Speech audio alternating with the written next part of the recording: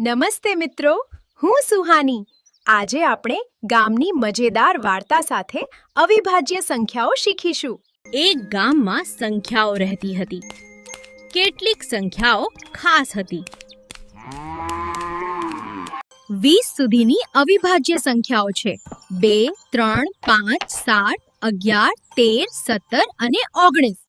યાદ રાખો, 2 જ એકમાત્ર બેકી એટલે કે સમ અવિભાજ્ય સંખ્યા છે. આગળ 23, 29, 31 અને 37 પણ અવિભાજ્ય સંખ્યાઓ છે. 50 સુધીમાં 41, 43 અને 47 અવિભાજ્ય સંખ્યાઓ છે.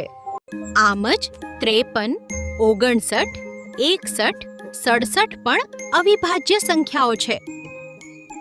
તથા 71, 73, 79 પણ.